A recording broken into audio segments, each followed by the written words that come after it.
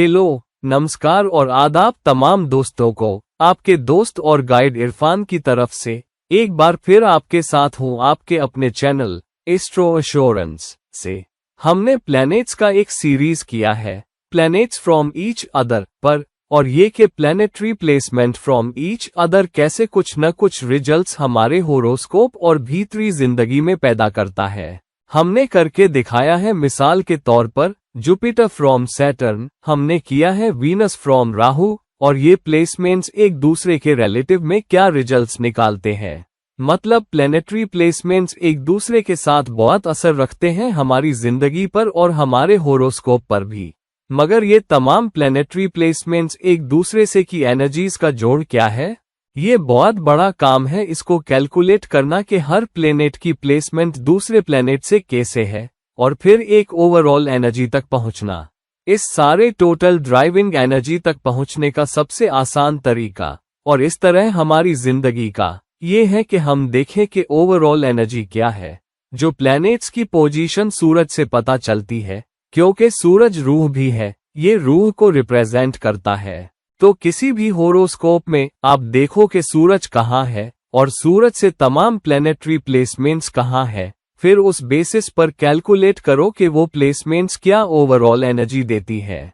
मिसाल के तौर पर अगर आपका मेष लग्न है और आपका सूरज दूसरे भाव में वृषभ राशि में है, चंद्रमा कर्क राशि में चौथे भाव में है, और फिर राहु पांचवें भाव में सिंह राशि में है, वीनस छठवें भाव में कन्या राशि में है, और सैटर्न सातवें भाव में तुला राशि में है, वगैरह वगैरह। तो यहाँ चूंकि हम सूरज से सब एनर्जीज का जोड़ देख रहे हैं, इसलिए मेष लग्न लेने की बजाय आप जिस साइन में सूरज है उसको लग्न बना दो। तो यहाँ सूरज वृषभ में है तो वृषभ लग्न बना, और यहाँ से तमाम प्लैनेटरी प्लेसमेंट्स ले लो। क्योंकि चंद्रमा कर्क राशि में है तो अब जब वृषभ लग्न है तो चंद्रमा तीसरे भाव में जाएगा। राहु के सिंह राशि में होने की वजह से राहु चौथे भाव में जाएगा। वृषभ लग्न वाले के लिए अगर राहु चौथे भाव में है तो केतु अपने आप 10वें भाव में आ जाता है। फिर वीनस 5वें भाव में, सैटर्न 6वें भाव में तुला में होगा, और मान लो केतु वैसे भी 10वें भाव में है। मान लो मंगल 11वें भाव में मीन राशि में है, और जुपिटर मेष राशि में है, और बुध जो सूरज के सबसे करीब है वो आमतौर पर उसी भाव में होता है जहां सूरज होता है, या एक भाव पहले या बाद में। तो मान लेते हैं इस मिसाल के लिए कि हम चंद्रमा और सूरज ले रहे हैं, और बुध और सूरज दोनों एक ही भाव में है, लग्न में, यानी पहले भाव में। तो फिर हम सूरज से प्लेसमेंट कैसे देखेंगे। बुध उसी भाव में है जहां सूरज है, तो बुध के लिए नंबर 1 लो, क्योंकि सूरज से पहला भाव या सूरज के भाव में, तो नंबर 1 लो। चंद्रमा कर्क में है, मतलब वृषभ लग्न वाले के लिए चंद्रमा तीसरे भाव में जाता है, तो चंद्रमा सूरज से तीसरे भाव में होगा, तो नंबर 3 रिप्रेजेंट करता है चंद्रमा की एनर्जीज को। राहु चौथे भाव में सिंह राशि में, तो नंबर 4 राहु को रिप्रेजेंट करता है। वीनस 5वें भाव में, तो 5। सैटर्न 6वें भाव में तुला राशि में, तो नंबर 6। केतु 10वें भाव में, तो 10। मंगल 11वें भाव में, नंबर 11, और जुपिटर 12वें भाव में, तो नंबर 12 जुपिटर की ड्राइविंग एनर्जी के तौर पर। जब आप इन सब नंबर्स की एनर्जी को जोड़ते हो, बुध 1, चंद्रमा 3, राहु 4, वीनस 5, सैटर्न 6, केतु 10, मंगल 11 और जुपिटर 12, इनको जोड़ने पर आता है 47। तो क्योंकि 47 नंबर है टोटल एनर्जी, अब आप इन एनर्जीज को जमा करो। अब यहाँ एक रूल है, या तो तुम एनर्जीज को एक बार जोड़ो या 2 बार, मतलब 4 और 7 को जोड़कर 11 लाओ, और फिर 11 में 1 और 1 को जोड़कर 2 लाओ। आसान रूल ये है कि जब तुम्हारे पास टोटल 47 है तो पहला अंक 4 है और दूसरा अंक 7। अगर पहला अंक छोटा है दूसरे अंक से, तो तुम उन अंकों को सिर्फ एक बार जोड़ते हो, मतलब सिर्फ एक बार जोड़ना है। तो 4 जमा 7 है 11, तो 11 हुआ सब एनर्जी का जोड़। हालांकि अगर नंबर 74 होता तो तुम अंकों को 2 बार जोड़ते, मतलब तुम्हारे पास 7 और 4 है, तो 7 जमा 4 करो तो 11 आया। फिर 11 के नंबर 1 और 1 को जोड़कर नंबर 2 लाओ और वो असली नंबर बनता है ओवरऑल एनर्जी या ड्राइविंग फोर्स होरोस्कोप की और हमारी जिंदगी की। तो ये है आसान रूल। हम एक बार या दो बार क्यों जोड़ते हैं? ज्यादा से ज्यादा एक बार जोड़ते हैं क्योंकि तमाम प्लैनेटरी एंटिटीज की फोकल एनर्जीज 2 फोकल पॉइंट्स होती है। चूंकि राहु और केतु कभी एक ही भाव में नहीं हो सकते, तो कम से कम 2 फोकल पॉइंट्स होंगे। एक फोकल पॉइंट हमेशा राहु और केतु के साथ 2 भावों में होगा, और मान लो सब प्लैनेट्स या तो राहु या केतु के साथ हैं, वो एक फोकल पॉइंट है। दूसरे फोकल पॉइंट्स वो हैं जहां प्लैनेट्स राहु और केतु से अलग बिखरे हैं। तो अगर जोड़ के पहले नंबर में पहला अंक दूसरे अंक से छोटा है, तो तुम उन्हें सिर्फ एक बार जोड़ो। मगर अगर पहला अंक बड़ा है दूसरे अंक से, तो उन्हें 2 बार जोड़ो। मिसाल के तौर पर अगर तुम्हारे पास 28 है तो तुम 2 और 8 को जोड़ो, फिर नंबर 10 आया। तो यही है सब नंबरों की फाइनल टोटल एनर्जी। हालांकि अगर 82 है तो 8 जमा 2 है 10, और फिर 10 में 1 और 0 को जोड़कर नंबर 1 लाओ। तो ये ध्यान रखो, हालांकि सिर्फ तब अगर एक बार जोड़ने के बावजूद तुम्हें नंबर 12 से बड़ा मिल रहा है, क्योंकि एक दूसरे से सिर्फ 12 प्लैनेटरी प्लेसमेंट्स होते हैं। अगर पहली बार जोड़ने पर 12 से बड़ा नंबर आ रहा है, तो अगर पहला अंक छोटा है दूसरे से, तो सिर्फ एक बार जोड़ो। मगर अगर तुम्हें 12 से बड़ा नंबर मिले, तो फिर से जोड़ो। हालांकि अगर पहला अंक बड़ा है दूसरे से और तुम 2 बार जोड़ रहे हो, तो 2 बार जोड़ने के बाद रुक जाओ और आगे मत जोड़ो।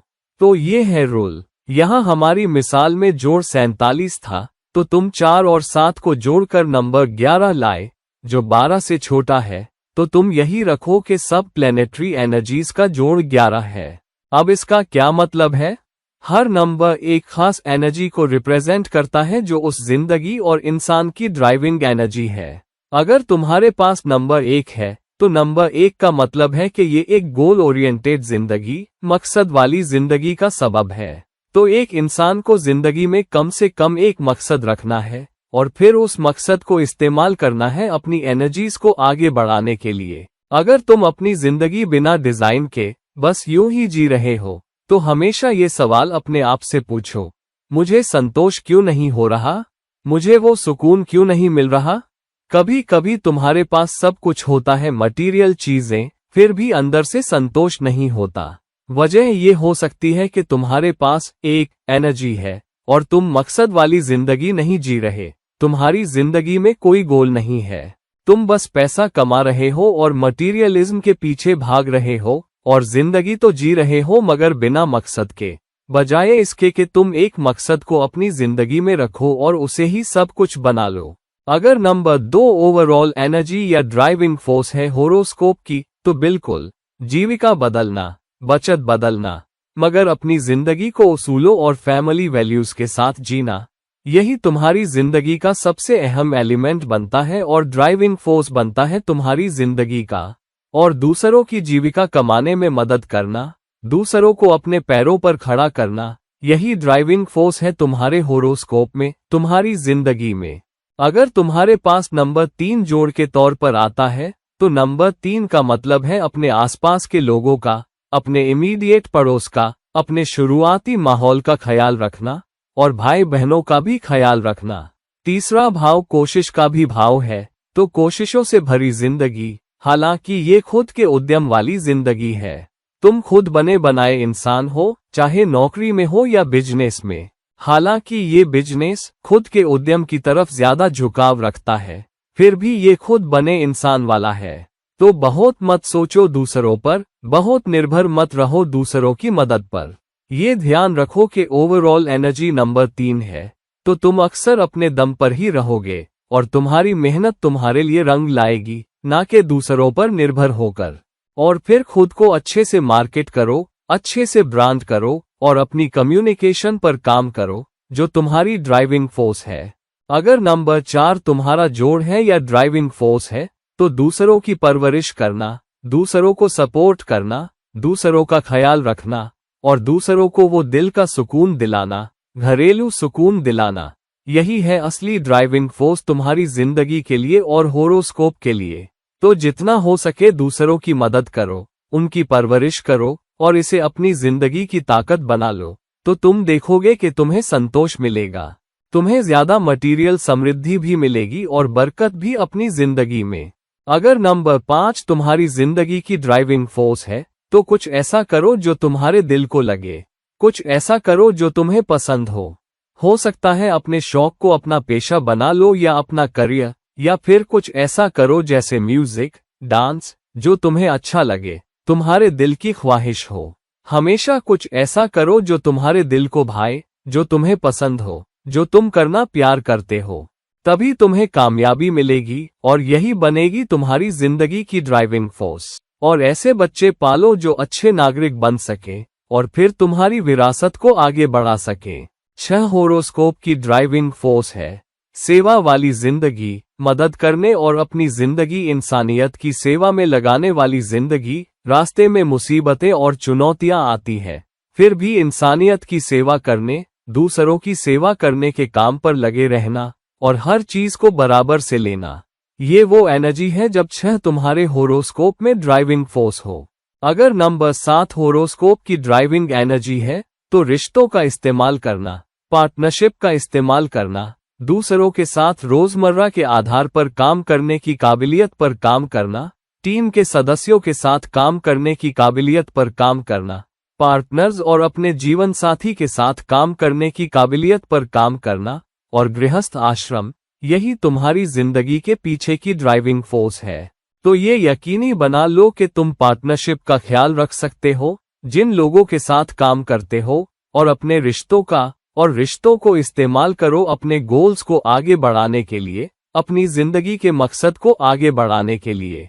अगर 8 तुम्हारी जिंदगी की ओवरऑल एनर्जी या ड्राइविंग फोर्स है, तो तुम्हें बहुत सी मुश्किलें आएंगी और आफतें भी, मगर दूसरों को उनकी मुश्किलों, उनके उतार चढ़ाव, उनकी चुनौतियों का सामना करने में मदद करना, और फिर भी ऐसा इंसान बनना जो 8वें भाव की डार्क एनर्जीज को इस्तेमाल नहीं करता, गलत रास्ते पर जाने से बचता है, बेईमानी के तरीकों का इस्तेमाल नहीं करता। ये मतलब है जब 8 नंबर होरोस्कोप की ओवरऑल एनर्जी हो। अगर नंबर 9 होरोस्कोप की ओवरऑल एनर्जी है, तो तुम्हारी काबिलियत के तुम अलग अलग कल्चर के, अलग अलग सीमाओं के, अलग अलग मुल्कों के लोगों के साथ काम कर सकते हो और फिर भी रिलीजियस रहना, गुरुओं की इज्जत करना, बाप की इज्जत करना, गुरु और बाप की सिखाई हुई बातों को थामे रखना और ऊंचे तजुर्बों या ऊंची तालीम को इस्तेमाल करना, नए तजुर्बे इकट्ठा करने को और उसे अपनी जिंदगी की ताकत बनाने को, यही है होरोस्कोप की ड्राइविंग फोर्स। अगर नंबर 10 तुम्हारी ड्राइविंग फोर्स है होरोस्कोप की, तो मतलब है कि अपने कर्म पर फोकस करो, अपने क्रियमान कर्म पर काम करो। मतलब हर कर्म जो तुम रोज करते हो, उस पर सोच समझ कर करना, अनुशासन के साथ करना, पूरे समर्पण के साथ करना, अधिकारियों के साथ काम करना, अपने वरिष्ठों के साथ काम करना, मैनेजर्स के साथ काम करना, और फिर एक टीम के साथ काम करना, एक अच्छे सिपाही की तरह, एक समर्पित सिपाही की तरह। यही ड्राइविंग एनर्जी है होरोस्कोप की। अगर नंबर 11 तुम्हारे होरोस्कोप की ड्राइविंग फोर्स है, तो मतलब है कि तुम्हें अपने आप को एक बड़े सामाजिक मकसद के लिए समर्पित करना है, वर्ल्ड लेवल पर, ग्लोबल लेवल पर, ना कि सिर्फ घरेलू मामलों या अपने शहर या राज्य तक सीमित रहना। यहाँ तुम्हें एक ग्लोबल प्रॉब्लम पर, ग्लोबल कॉज पर ध्यान देना है, अपने सोशल नेटवर्क के साथ काम करना, एक ऐसे लेवल पर काम करना जहां तुम समाज को वापसी दे रहे हो, तो कोई दुनिया भर का मकसद देखो। वो पानी हो सकता है, जलवायु परिवर्तन हो सकता है, छुआछूत या समाज के भेदभाव के खिलाफ काम करना हो सकता है। जो तुम्हें अच्छा लगे, जो तुम्हें लगे कि दुनिया में असली समस्या है, उसे अपनी जिंदगी का मकसद बना लो, उसे अपनी जिंदगी की ड्राइविंग फोर्स बना लो, और तुम्हें संतोष मिलेगा, इज्जत मिलेगी। तुम ये भी महसूस करोगे, तुम्हें ये भी पता चलेगा कि तुम्हारे दिल की ख्वाहिशें और मुरादें भी पूरी होती हैं। अगर नंबर 12 तुम्हारे होरोस्कोप की ड्राइविंग फोर्स है, तो मतलब है कि चैरिटी की तरफ काम करना, दान की तरफ काम करना, अपने आप को एक ऐसे मकसद से जोड़ना जहां तुम समाज को वापसी दे रहे हो, जहां तुम अपने लिए नहीं बल्कि दूसरों के लिए काम कर रहे हो, और समर्पण वाली जिंदगी, कोशिश करना कि दूसरों की मदद करो जो सबसे गरीब हैं और जो अपना खुद नहीं निभा सकते और अपने तरीकों में बहुत स्पिरिचुअल हो। कबूल करो जो भी तुम्हारे पास आए, वो परम एनर्जी तुम्हें दे रही है। मुस्कुरा कर, शुक्रगुजार होकर और धन्यवाद करते हुए और अपने चेहरे पर मुस्कान रखते हुए और किसी ऐसी चीज में लिप्त न होना जो बेकार हो। यही मतलब है नंबर 12 का जब वो होरोस्कोप में ड्राइविंग फोर्स हो। तो दोस्तों, देखो कि तुम्हारे होरोस्कोप की ओवरऑल एनर्जी क्या है।